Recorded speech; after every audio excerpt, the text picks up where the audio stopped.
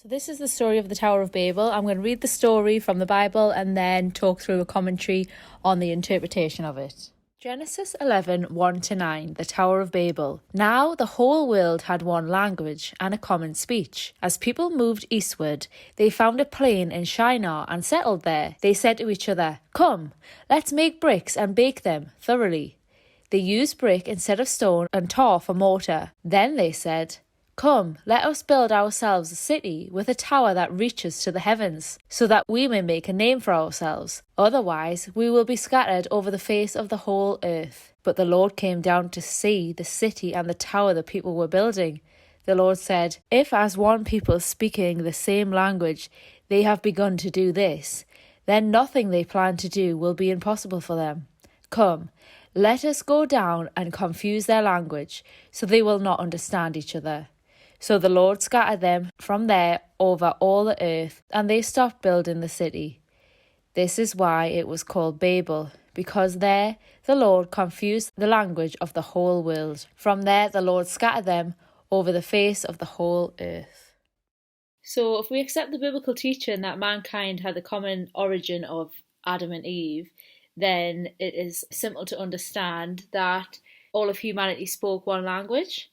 And then the land of Shinar is also a term for Babylon, and the multiple descendants from the ark came together to build this great city and the tower, and it was in rebellion against God's command to spread over the earth. Men built a tower that was both strong and waterproof, even as Noah used the same material in waterproofing the ark. Later, Moses' mother used the same material in waterproofing Moses' basket. Archaeology has revealed that this type of kiln-fired brick and asphalt construction was common in ancient Babylon. So they were building the city themselves. The heart and the materials relevant to the Tower of Babel show that it was not only disobedient to God's command to fill the earth, but also shows man did not believe God's promise to never flood the earth again. A waterproof tower was made to protect man against the future deluge. This was a strong statement of self against God when they said, "Let us build ourselves a city and a tower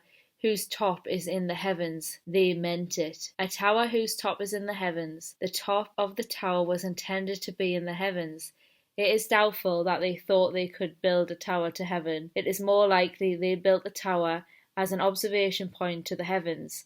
It was built unto the heavens. Most astrological and occult practices have a history back to Babel. If they really wanted to build a tower to reach heaven, it is unlikely that they would start on the plain of Shinar, which is about sea level.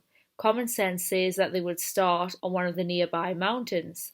The tower was real. The ancient Greek historians Herodotus said the Tower of Babel still stood in his day and he had seen it. The Lord came down to see the city and the tower. The personal character of the language indicates this perhaps was a time when God came down in the form of a man in the person of Jesus Christ. Let us go down. This is plural, which is in reference to us. It is another subtitle reference to the Trinity. Nothing that they propose to do will be withheld from them. The potential of fallen man is terrible and powerful. When we think of the horrific accomplishments of evil from men in the 20th century, the ability of men and nations is a painful consideration. So the Lord scattered them from abroad. The forced separation of men from Babel was more God's mercy than his judgment.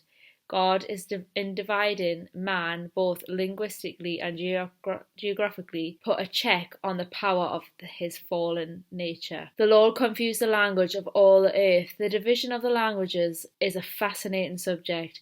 Modern linguistics know man did not invent language any more than man invented his own circulatory or nervous system. Most modern linguistics believe language is so unique that the only way that they can explain it apart from God is to say it was part of a unique evolutionary process. Language cannot be the product of man putting together sounds all by himself. For example, there are many universal human sounds like the raspberry sound that are not part of any human language. If man invented language on his own, it would make sense for the same sound, the same for some language to use that sound. Language is so complex because language exists as whole systems, not as small parts put together. Most modern linguistics believe all languages came from one original language. From there, the Lord scattered them abroad all over the face of the earth. Think what it was like for a family to leave the area of Babel and go out on their own. They must look for a suitable place to live. Once they found it, they must exist by hunting and gathering, living in crude dwellings or caves until they could support themselves by agriculture and taking advantage of the natural resources. Families would multiply rapidly, developing their own culture and their own distinctive biological and physiological characters influenced by their environment. In the small population, genetic characteristics change very quickly, and as the population of the group grew bigger, the changes stabilized and became more or less permanent. The whole account of what happened at Babel is, with its anti-God dictator, its organized rebellion against God, and its direct distrust of God's promise, shows man hasn't gotten any better since the flood. Time, progress, government, and organization have made man better off, not better. Now God will begin to make man better, and he will start, as he always starts, with a man who will do his will, even if he does not do his will perfectly.